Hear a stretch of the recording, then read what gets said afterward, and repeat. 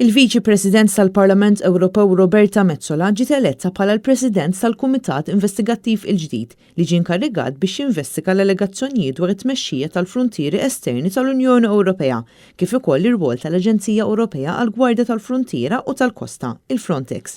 Il-ħatra tagħha kienet appoġġjata minn kull grupp politiku ewlieni fil-Parlament Ewropew, fejn Roberta Metsola se tirrapporta lura lill-Parlament Ewropew fi żmien 4 xhur. Jien irrid li dan il-proċess ta' skrutinju dettaljat iwassal biex jittieħdu l-passi li jista' jkun hemm bżonn u jsiru rakkomandazzjonijiet għal titjib.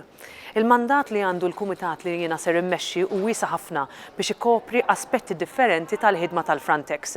Se nkunu qed naħdmu biex dak li jistennew iċ-ċittadini Ewropej jitwettaq. Ispjegat li f'dan il-kumitat se jiffukaw fuq aspetti differenti inkluż il-konformità u r-rispett ta' drittijiet fundamentali, l-amministrazzjoni interna tal-Aġenzija u l-importanza li jintlaħqu standards ta' trasparenza u kontabilità li huma dejjem mistennija minn kull Aġenzija tal-Unjoni Ewropea.